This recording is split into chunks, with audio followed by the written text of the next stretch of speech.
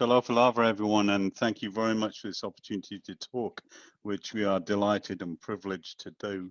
And what we'll do tonight, I'll start off, Alana will talk, and then we'll finish off and go to questions. I just want to mention that I've been at Middlemore since 1985. So if any of you were babies at Middlemore between 1985 and 1997 when I was on the baby unit, I may have been there at your delivery. So Alana, shall we put the... Yeah, I'll share the screen. Hold on. Yeah. Right. So tonight's brief, we talked for about 15 minutes, is talking about respiratory infections in preschool children, and we largely mean the under twos, but all preschool children. And there is a classical example of how to spread RSV. It's beautiful, and we're speaking on behalf of Kidz First. So tonight we're going to talk a little bit about respiratory infections in children. And then we'll have a component where we want to see and just run over how we recognize the unwell child with their, hard breathing, their noisy breathing, from, mild illness to severe illness, and then run through a few scenarios. And, Alana particularly has a lot of experience at this area in daycare. We will briefly mention COVID, but I want to say we're not COVID experts in any way, and we generally follow the Ministry of Health guidelines on what we do. And our advocates for the vaccine.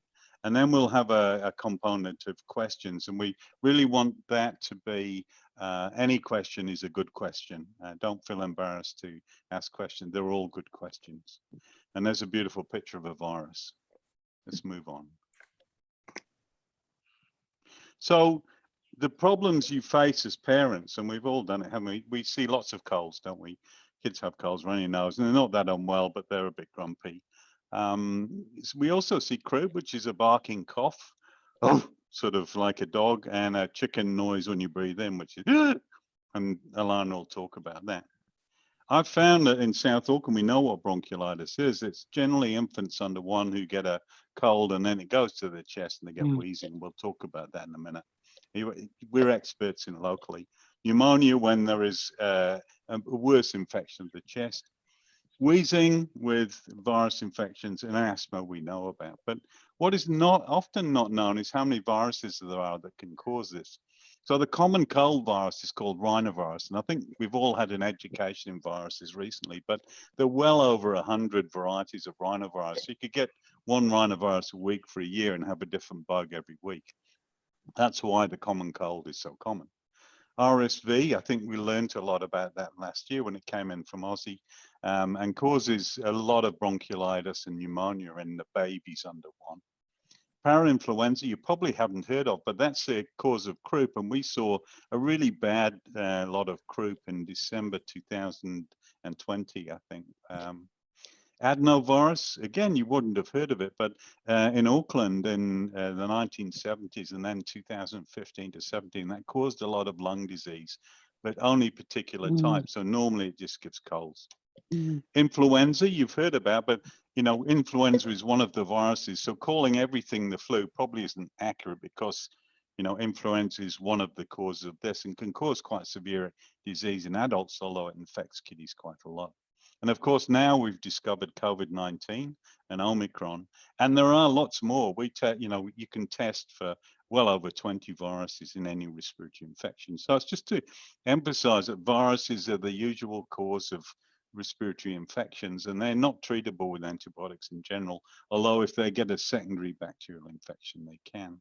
So that's a little run through what we're looking at, and we've looked at these viruses locally. So next slide. So what does it cause? Well, we all know the runny nose and a blocked and runny nose, which is a pain in babies with feeding and other things. The cough, which is irritating for the child, varies from very mild to severe, and every child has a cough every day, but we know when it increases. The sore throat, which of course littlies don't often tell us about, but can cause irritability and feeding difficulties. Fevers, that's not always a sign of severe disease, but the more fever and the more prominent that is, that can be severe. And the noisy breathing I mentioned, which is the wheezing, breathing out, wheezing sound, the breathing in sound, chicken noise, and sometimes a grunt when you breathe, which is a sign of bad infection. We'll talk about that in a minute. And then shortness of breath, you breathe fast or you breathe hard. And we'll look at that in a second anyway. So those are the symptoms we see when you get a respiratory infection, which is usually a virus. How do we tell when a child is unwell? And this takes a lot of experience as a pediatrician, but as a parent, I think you know this. Now, one of the points we want to make is kids get unwell quickly, and quite often, between sort of setting off for daycare and dropping them off, they can become unwell. And it's often, you get there and they've got a runny nose and a cough, and you go, well, they didn't when we set off. And that's a real fact of life with young kids. And I know working in an office with Alana, that was often the case. But the unwell child breathes fast. That's an infection on the chest. You breathe fast, and it's obvious that they're puffing. And, with little babies, faster than 60 breaths a minute, which is a lot. Then they start sucking in under the ribs and pulling in between the ribs, which again is a great sign for when you kind of need to get some help. I always use that saying, if they're sucking in under the ribs, you probably need someone else to have a look. Straining of the muscles in the neck when you're breathing, nostrils flaring, and those noises we talk about.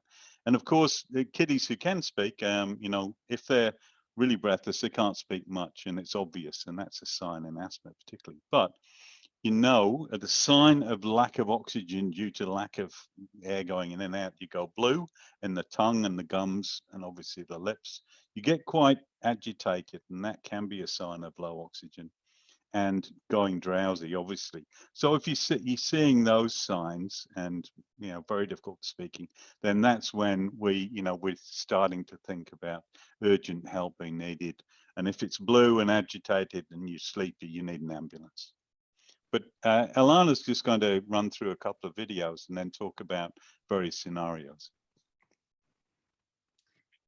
So yeah, I thought instead of although Adrian did great examples of some of those noisy breathing, I thought instead of trying to do my own examples, I'd show some videos.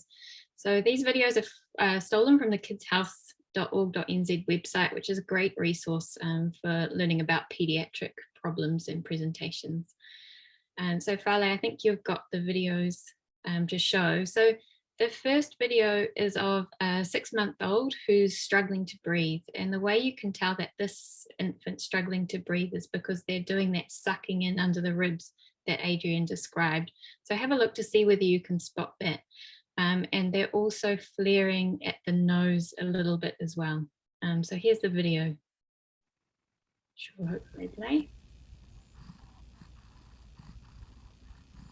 So you can see you have to, although you can probably tell he's breathing fast with the clothes on, it's actually when you take the clothes off that you see that sucking in under the ribs. This is a sign that this baby is working hard to breathe. And then an example of an older child. So again, a child that's struggling to breathe, working hard to breathe. And in older children, we tend to see the sucking in a little bit more between the ribs. And the other place you can see them breathing fast is actually at the top of the sternum bone, in the base of the neck, and that sort of sucks in when they're struggling to breathe as well.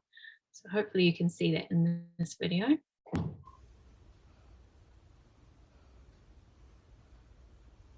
So you can see the skin going in, and you can see the ribs becoming more prominent.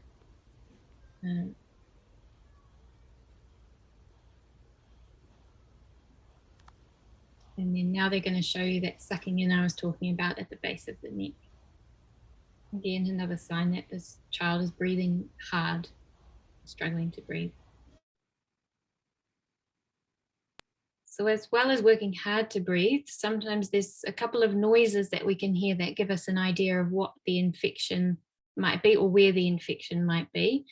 So the first video is of an infant, and the noise that you can hear in this video is what we call wheeze, and that's caused by narrowing of the lower airway, so the airways in the chest, and in infants with bronchiolitis, this is the noise we hear, and then in older children with asthma, it's the same wheezy noise. And you can see this infant's also working hard with that sucking in under the ribs again.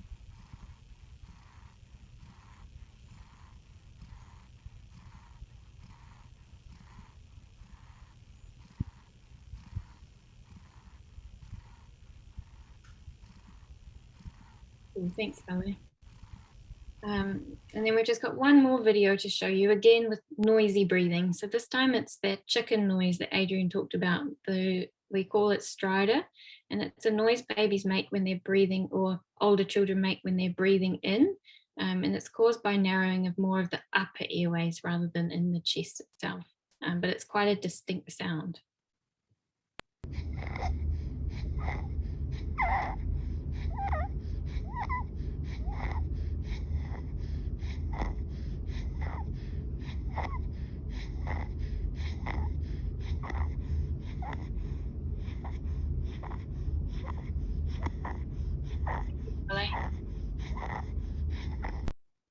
So hopefully those videos just give you a bit of context about what are some of the words we're using, like wheeze and stridor. And I think if you see any of those signs, then you would be wanting for that child to be seen by a doctor.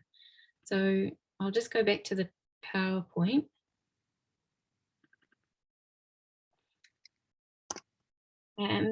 So just to kind of give you a bit more description about some of these respiratory problems we see in children, I thought we'd just go through some examples. So the first example we've all seen, we've all experienced, and is very common in preschool children, particularly at early childhood centres. So typical story is you've got a 1-year-old girl, she's come to the centre very well in the morning, but's had her lunchtime nap and's woken up and has got a bit of a clear runny nose. She's not coughing at all, you check her temperature, no fevers, no rashes, look at her breathing, it looks absolutely normal, and she's happy and playing in the sandpit. The next day she gets dropped off, mum says she's been absolutely fine overnight, hasn't had a runny nose, but after morning tea she starts coughing. So all children can cough once or twice, during the day, and that's, normal. But if it's increased coughing and quite noticeable, then that's more consistent with being a cold. She remains perfectly happy in herself and her breathing is normal. So this girl most likely has a common cold caused by one of the multiple different rhinoviruses. And the common cold can present differently in each child. So some children get the runny nose, others get the cough, some get ear infections, some get sore throats. And depending on what virus is causing it, depends how infectious they are and how long for. But what we do think is that the more symptomatic you are, so the more you're sneezing, coughing, then the more likely you are to spread the infection.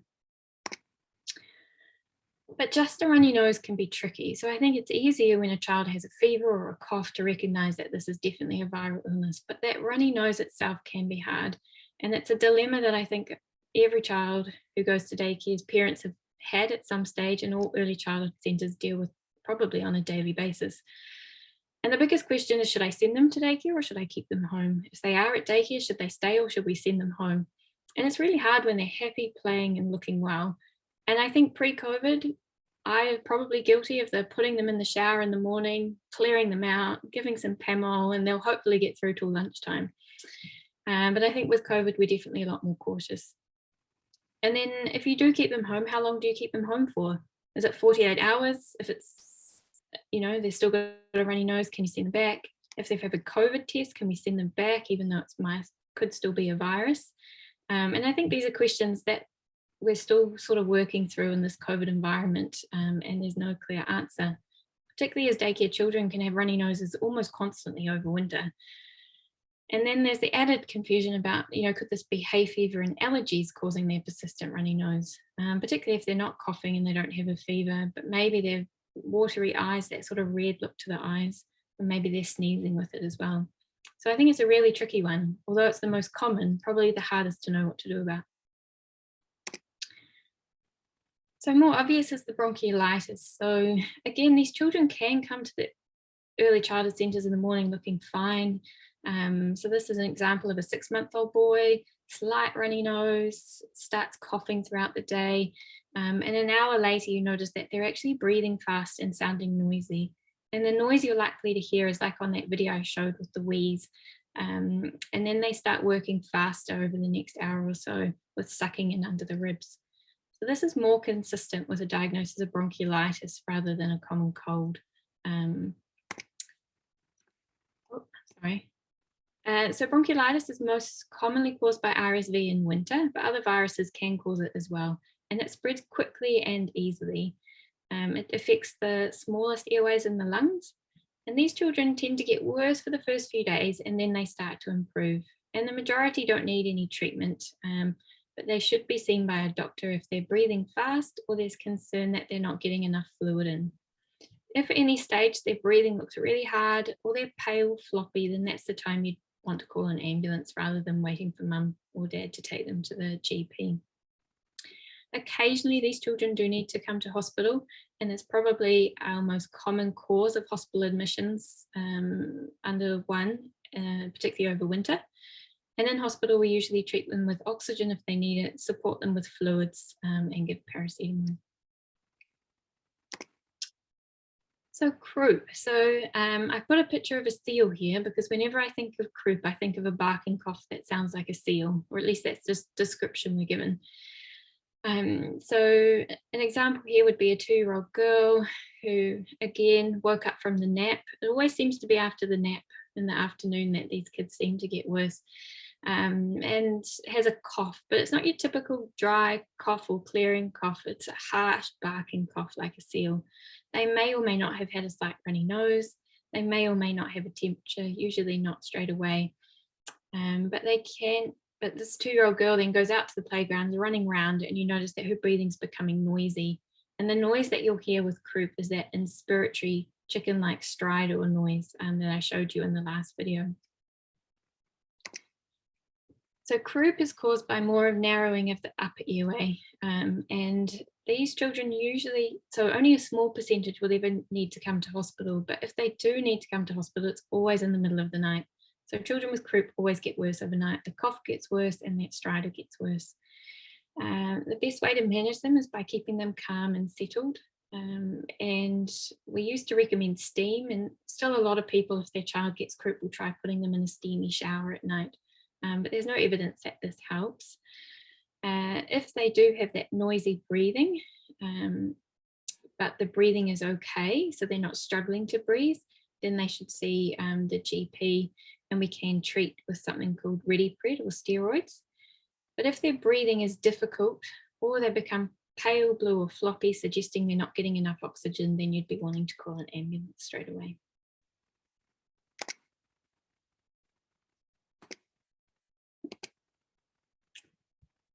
Another common presentation we see caused by viruses is wheeze. So I've given you an example here of a 3-year-old boy who's perfectly well. He's been running around at daycare and chasing his friends around and around the playground, and suddenly seems short of breath and has to stop playing.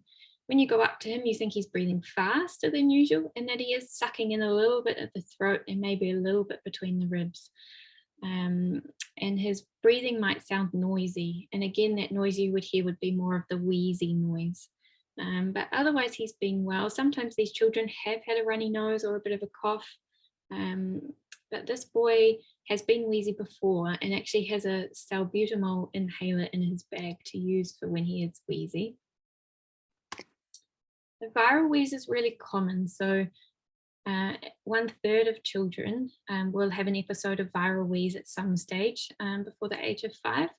It's most common under the age of 3.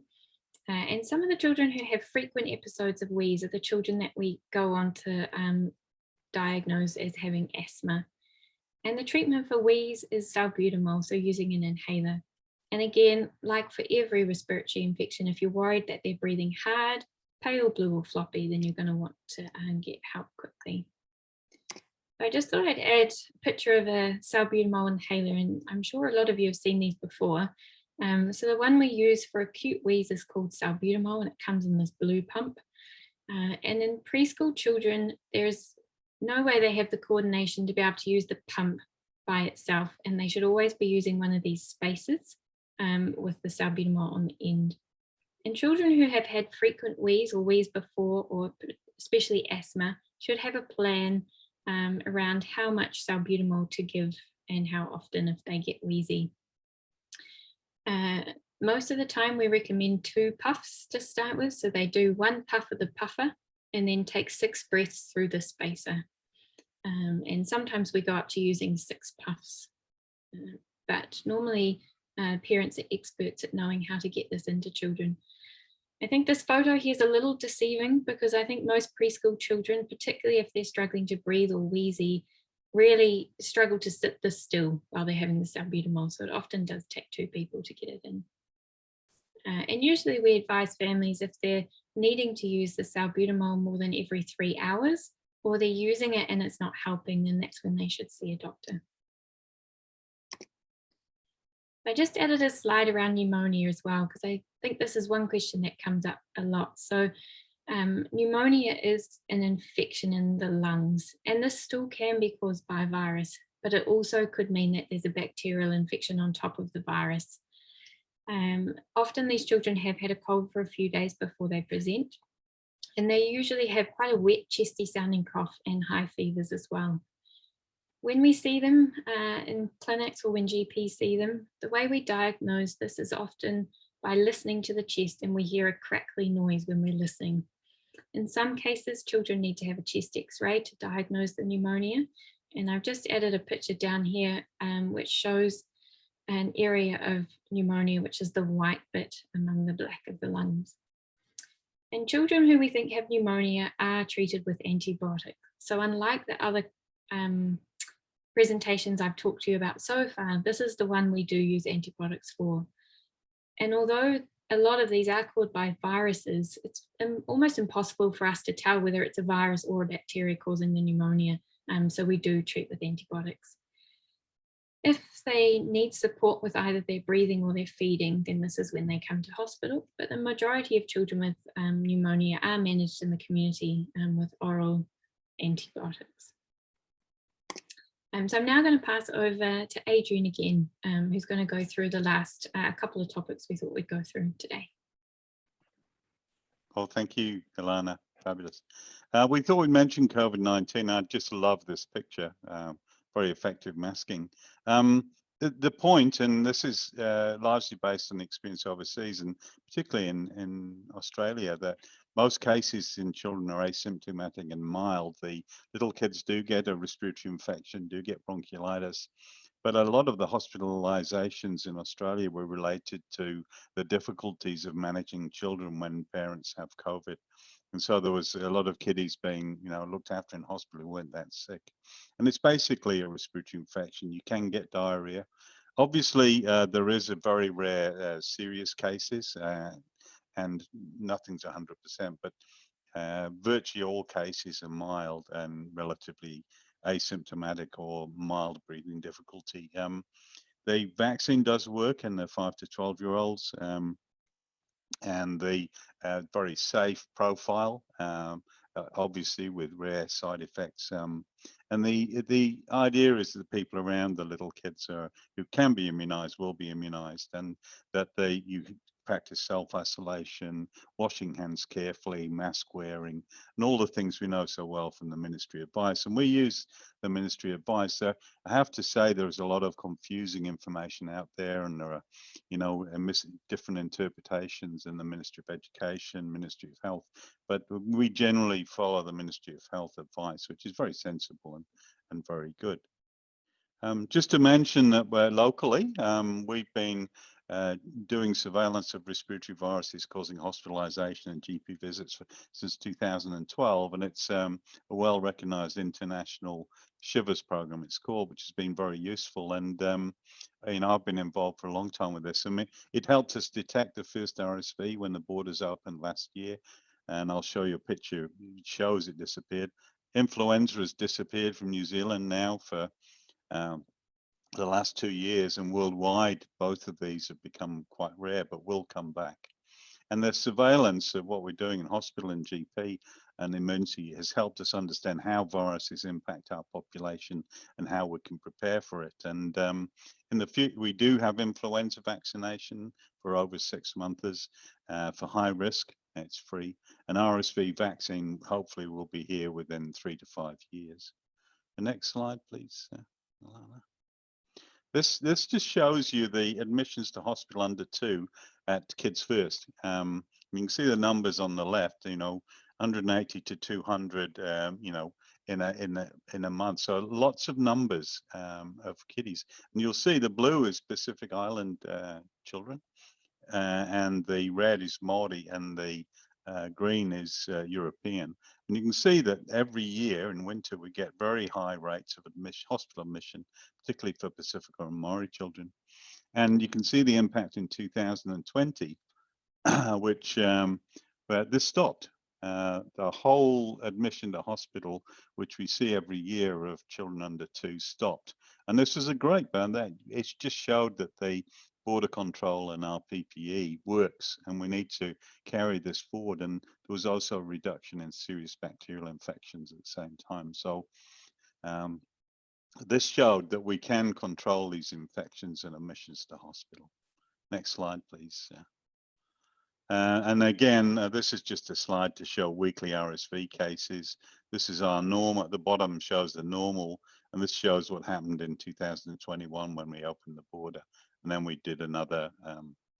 So this, and we were here. We found the first cases locally. So it's important. Surveillance is important. And the next slide. So we just wanted to thank you all for your time. Just to put these resources up, which are excellent.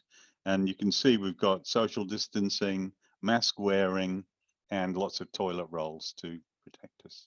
So we'll end there. Thank you, Alana, and thank you for listening. And we're open for questions. Hi, Adrian. It's Naomi here.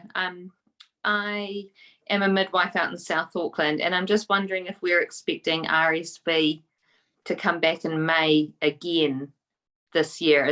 Do you think it's still going to follow that same trajectory? Yes, we occasionally see RSV, like we saw one last week, but we normally see an occasional one. My guess is that when the borders open with Australia, we'll see RSV again. And because Australia is opening the borders internationally, there'll be a hop, skip and a jump to us. So I'm sort of guessing that we'll see a more traditional winter again with RSV coming. Last year, a number of kiddies who hadn't been exposed to RSV were exposed. So there's a less vulnerable population, but still I think we'll probably see the more normal winter rise. Although the impact of, I think we're very wise as a population. I'd like to congratulate everyone. You look at those figures and you say, we do a good job at masking, hand washing, protecting our infants. And from a midwifery point of view, that's really important, isn't it? And now a proud grandfather of a 6-monther, I'm worried for that too. I'm very careful. I hope does that answer that? Yes, it does. Thank you, and congratulations. Yep. My son contracted RSV probably last year. He's 10 years old. And I was wondering if he was more likely to get it again this year because he's had it before. Okay. The RSV is a virus that keeps on giving. It's a very unusual virus because you never get permanent immunity to it. And that's why, there's the reaction, kiddies' immune system tends to overreact, and that's why they get the worst disease. So you can easily get as a 10-year-old and as an adult.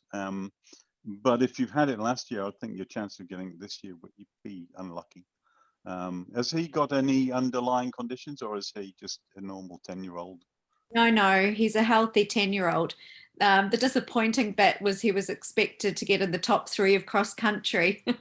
And a week later, he ran the cross country, got 10th, was disappointed, and he came off going, I couldn't breathe, which was unlike him because he's really fit. So I still think that he was actually still in recovery. Oh, totally. And don't underestimate RSV. I think it has a very a big impact. And RSV, 50% of the kids who get RSV in the first year of life have recurrent wheezing for the first 5 years of life, and it does have an impact on the acute illness and lung function. So, but let that steer him on for future feats, I think. Oh yes. Yeah. Thanks for sharing. Thank you. Hi, Adrian. Can you hear me? Yes, I can. My name is Sadie, and I'm from early childhood in Wellington. All these diseases that we're looking at, can the children spread them to the adults? How easy can it be spread to the adults? Okay, I'll pass that to Alana. Yes, so one thing we do know, particularly around things like the flu, is that often they spread throughout the daycare centres and then the children take it home to their families. So we do think that preschool children can derive some of the spread of infection. With COVID, we think that it's been less likely children spread it to adults and it's more being adult to child transmission. But with Omicron, we're still trying to understand how that works. Thank you. Yeah, certainly for Delta in Australia, it was mainly adult to child rather than the other way around. But Yeah. Omicron, watch this space. But of course, all us adults can be immunized, so that's Yes, a good thing. thank goodness for that.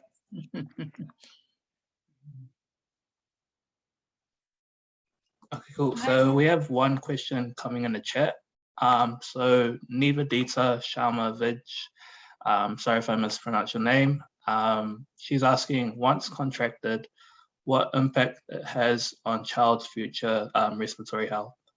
So I guess any long-term.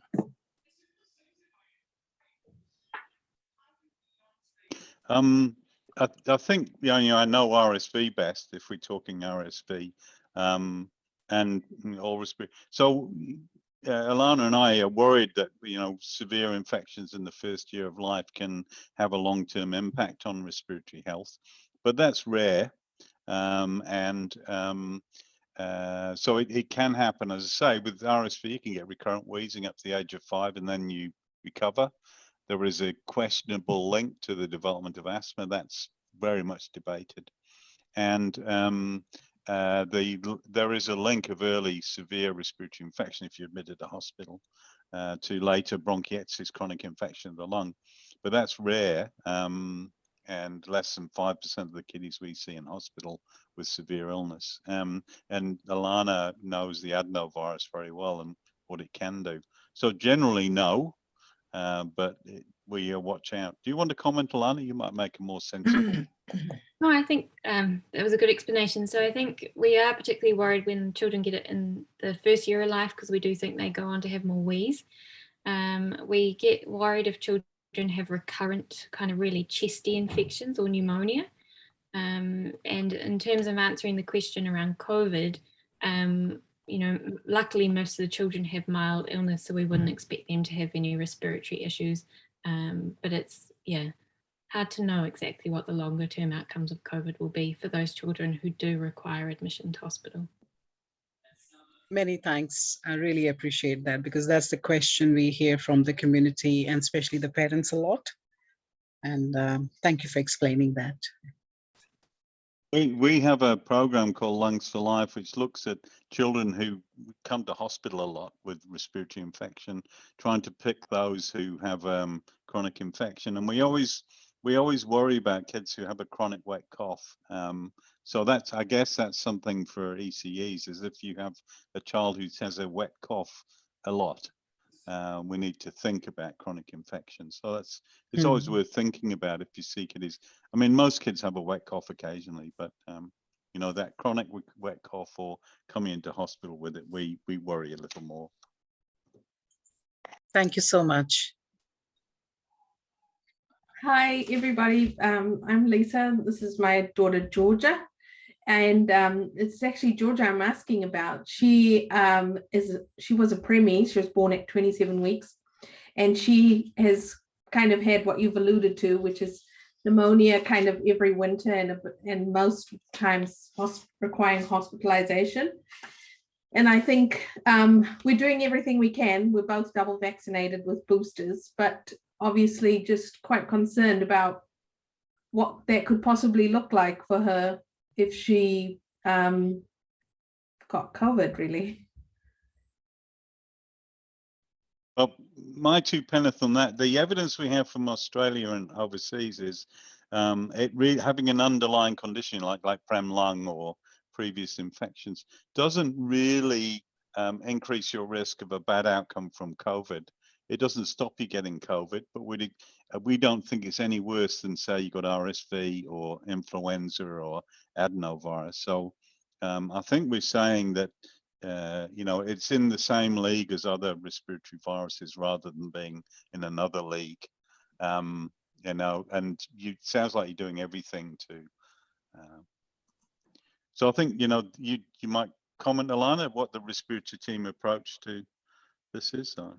Yeah, so I think, like Adrian said, we don't think there's an increased risk of having a severe outcome or a more severe infection with COVID.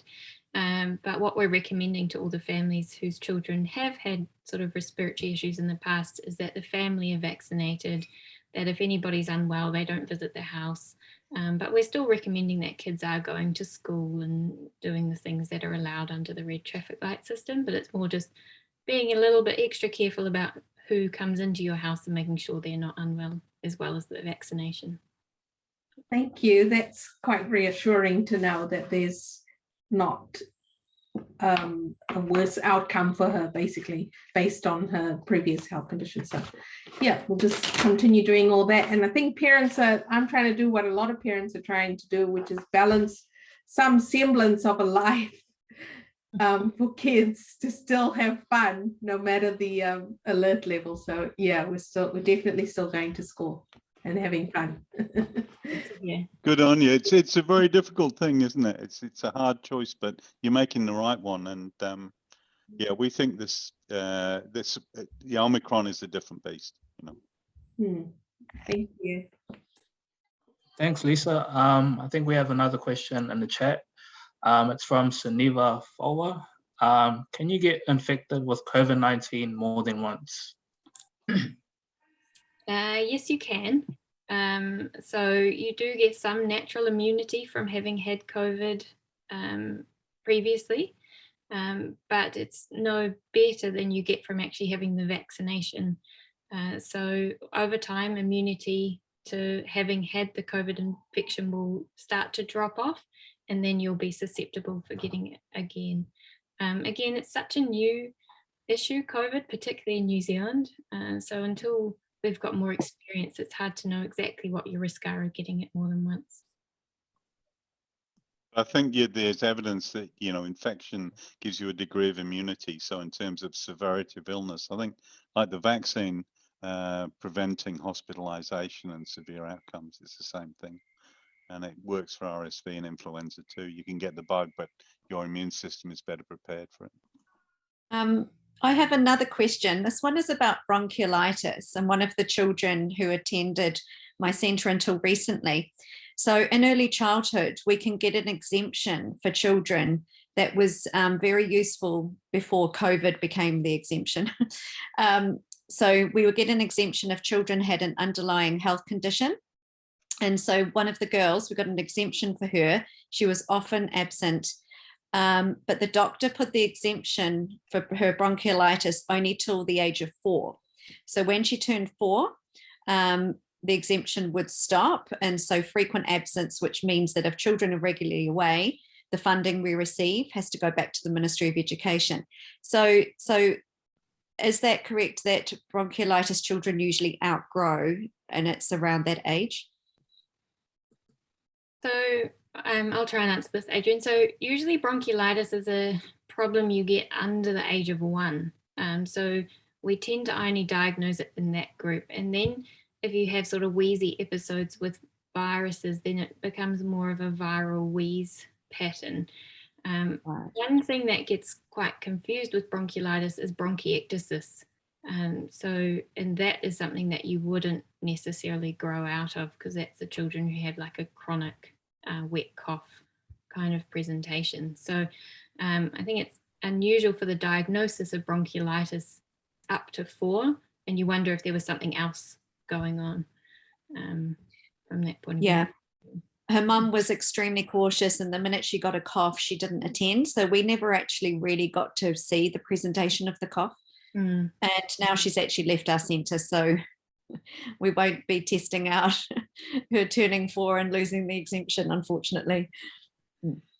Yeah, I think we have a very poor nomenclature for recurrent viral wheeze, which is basically get a virus wheeze, and it can be quite severe and mimic asthma, but you grow out of it. And we need a clever name for it. So bronchiolitis up to 1, recurrent viral wheeze, then development of asthma, and we're not very good at now. So you can have recurrent wheeze, which is quite severe at the age of 4, but you wouldn't call it bronchiolitis. Okay, thank you. That really clarifies that. Thank you. And we have time for like 1 or maybe 2 questions. But I think Kalpana Rao, I think you had your hand up. Yes. My question is, like how you were speaking about chronic coughs, is there something like a chronic cold? We do have some children who, whatever the weather season, it can be even through summer, they have this continuously runny noses, and the nasal discharge is quite thick and yellow, and it's through the year. It's whether it's winter, summer, whatever. So how do we discern that at this stage this child is contagious or not contagious? And yeah, like, you know, the teachers have to keep cleaning their noses because these are very small children who cannot do it by themselves. And so how do we know that, at what stage do we say if it's the nasal discharge is like thick yellow, then, and the parents say that we've kept them at home for 2 days and then brought them back, and yeah. That I have to say, that's a very tricky one. When I started in South Auckland, we used to call them the green candles. This is many moons ago, where lots of kids had a chronic nasal discharge, and we do see kiddies with chronic rhinitis, you know, allergies that are there all the time, and recurrent infections which give nasal discharge. And I think, you know, if a child like that has a, you know, we see the kids with chronic adenoids and blocked noses and tonsils and all those problems. It's really whether they have an acute illness or not, and if they have an obvious change or an obvious illness that happens, then that makes it much more likely to have an added respiratory infection. But I don't have a really good answer for that. I'm sure Alana does, but I don't, I'm afraid. No, I agree with Adrian. I think it's really hard to know, but I think I'd be going on how things have changed. So obviously if they start coughing more, if they've got a fever, then those are probably more the signs you'll get that they're unwell. Or if their behavior changes, you know, children who are getting a virus will often not eat as much or be a bit more tired, then that might give you some other clues. But there's definitely no rule of how long you're allowed a runny nose for or what color it is that determines whether it's a virus or not. Yeah, thank you. Thank you for that. I think we'll have one last question. I think Andrew Gibbons in the chat has asked, is there any research on the benefits of breathing exercises for under 5s for minimizing symptoms? Well, I'll speak as a general pediatrician. I'm certainly not aware of any evidence. We use breathing exercises in other groups and they can be very useful. And I know there are strong proponents of that, but I'll hand that to Alana, who's probably more expert in the respiratory field than me. Yeah, so I think the thing we know most is with preschool children, even trying to get them to do particular breathing exercises is tricky. And the best thing for them is to be outside running around, you know, doing the usual kind of under 5 activities. But saying that, on the other hand, my preschool kids love doing yoga at their early childhood centre, and I think they definitely learn good skills from, you know, practicing some breathing that way. I don't think it probably helps them stop getting sick or reduce their respiratory symptoms, but I definitely think it's something that they benefit from. Okay, cool. I think that'll be the end of our Q&A. Thank you all for your questions. If you do have any questions that you don't want to ask, you can email myself or one of the team. But just before we close, talking about what we've learned today, what we've heard from Adrian and Alana about the respiratory infections and the impacts it has on our children. I think this is where research comes into play. For example, like research allows us to identify what infections are out there, how viruses spread, and allows us to identify, I guess, what vulnerable groups are out there. So we do have a research project that Counties Manukau Health, Hapai, and ourselves, Moana Research, are working on, and that involves working together with ECEs. in South Auckland. And it's about respiratory health and preschool children. And we'll just play a short clip and it'll provide some background behind the study. Thanks, Harini.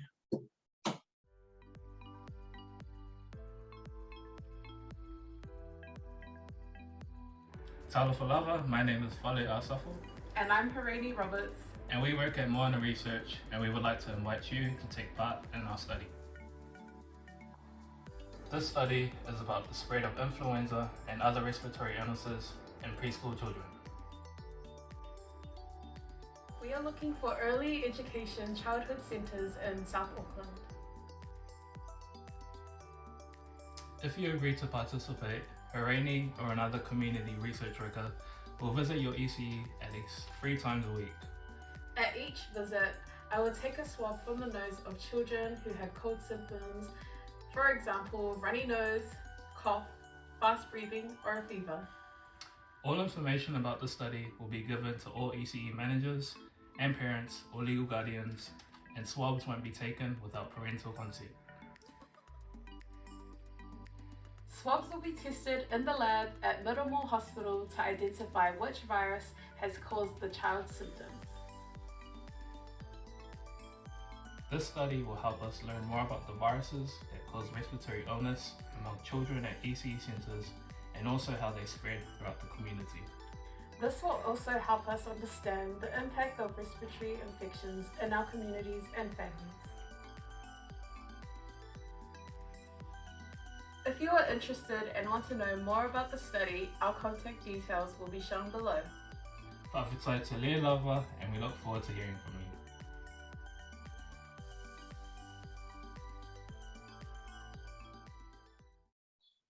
Okay, so that's just a bit about the project that we are working on.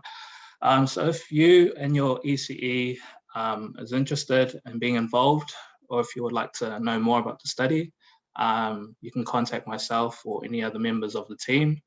I guess I'll just open it up to Alana or Adrian if they want to speak on the project. I realise it's late.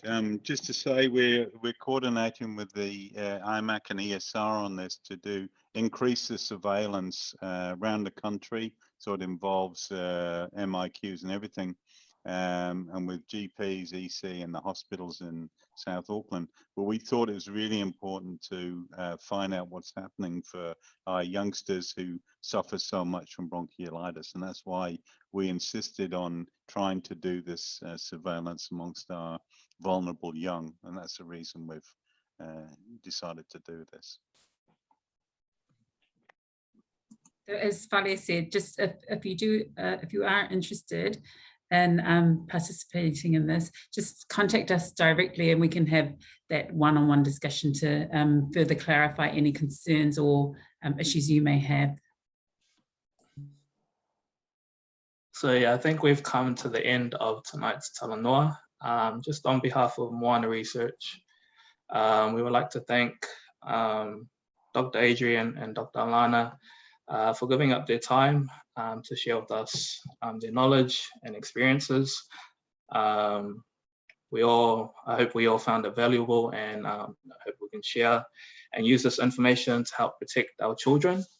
And lastly, special thank you to everyone who attended, all our ECE managers, teachers, and everyone else for attending. We appreciate you and all the work that you do in educating and caring for our young children. Just as we opened, if I can ask Sima Alifayo again to close. Sorry to put you on the spot. If you can close and end us off in prayer.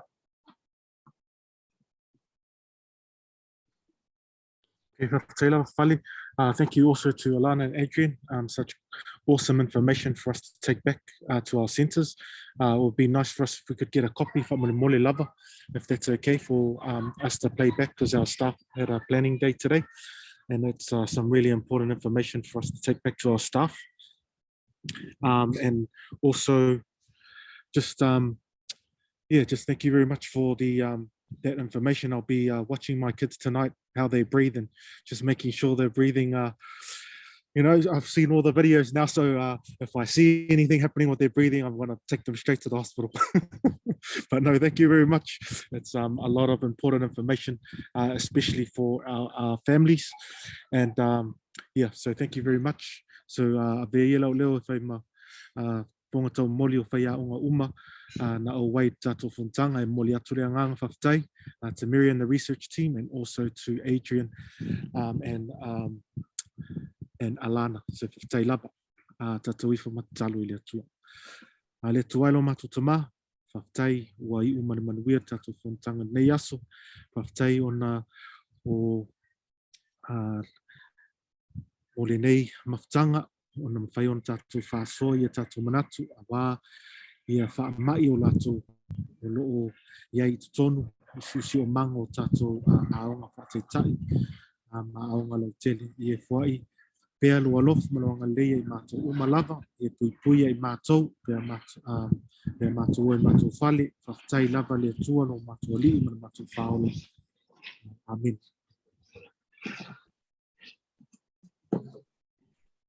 Thank you, everyone.